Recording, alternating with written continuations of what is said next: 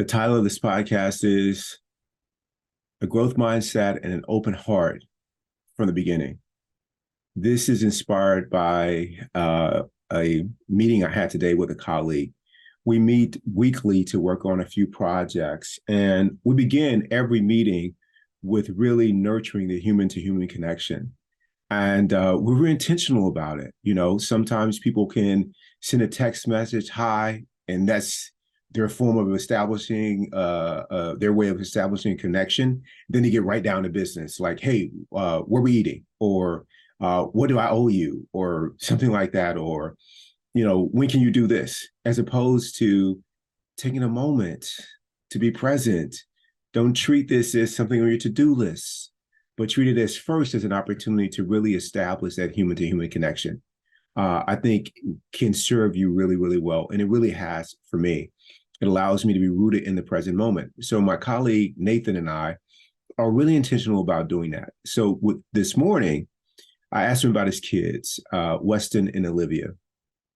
And Nathan shared that Weston is going to be in his first spelling bee in elementary school. And I asked, you know, tell me about it. And he said, well, you know, he's really excited about it. He's looking forward to it. And he has, you know, next week, the whole family is going to support him in front of the whole school. So everybody's pretty pumped about it. So it's awesome, Keith. And I said, have you ever participated in a spelling bee? And he said, you know, he had an opportunity to, but he was such a nervous kid. You know, early on, the imposter syndrome was starting to develop. And so he didn't do it. It was a little, you know, took himself out of the game.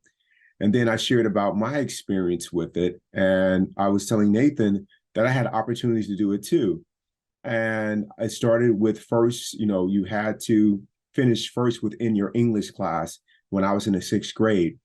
And I remember the word that I got that I didn't complete correctly, and it was English. And I told Nathan, yeah, man, you know, I got the word English, you know, and the teacher was so generous. She gave me the word twice, and both times I left the L out. And she was just so generous, you know, with giving me a second shot at it. And Nathan said, Keith, man, wow, something about you. Instead of describing that experience about how you failed, you didn't make it, or how it's disappointing, you made it about the generosity of the teacher. And I never thought about that, you know. But he said, you've had a growth mindset from the beginning. And I think that in some ways I have. I've had a growth mindset and open heart from the beginning.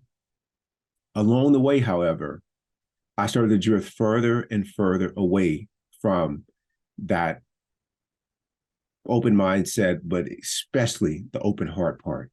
So I had a growth mindset when it applied to education, when it applied to different ways to be healthy, those things, I had a growth mindset. How to try something different, something new and different to improve efficiencies and effectiveness, you know, with a task or a skill that I was trying to develop. Oh yeah, total growth mindset for that. But the growth mindset in terms of working on myself so that I don't cause myself or others suffering, I was limited to in many ways. And when it comes to the open heart part, the open heart was mostly when people would do what I wanted them to do or needed them to do for me to be okay inside, whether it's to feel loved, feel validated, to feel valued. Oh, my heart was wide open to you. But if you gave me any kind of constructive criticism, or that I didn't feel like you said good morning the right way, or didn't say good morning at all, whatever the case may be, or believe something differently than I believed, different values, then my heart was closed to you.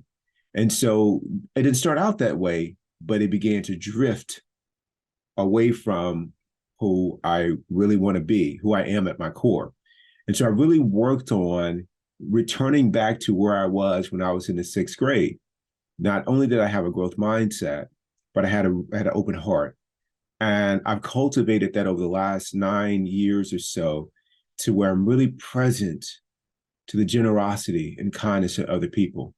And the way that I demonstrate that is trying to serve the moment and situations and people that are in front of me to the best of my ability with both a loving and kind heart. And so I encourage you to take a moment to really nurture those relationships and your communications and your face-to-face interactions, to really pay attention and make it a priority to give to the human-to-human connections first before you get down to business. Additionally, I encourage you to cultivate that growth mindset. And even more than that, that open heart. Like, notice all the ways that people are blessing you in every area of my life, in every area of your life. And in doing so, hopefully you will bless their lives.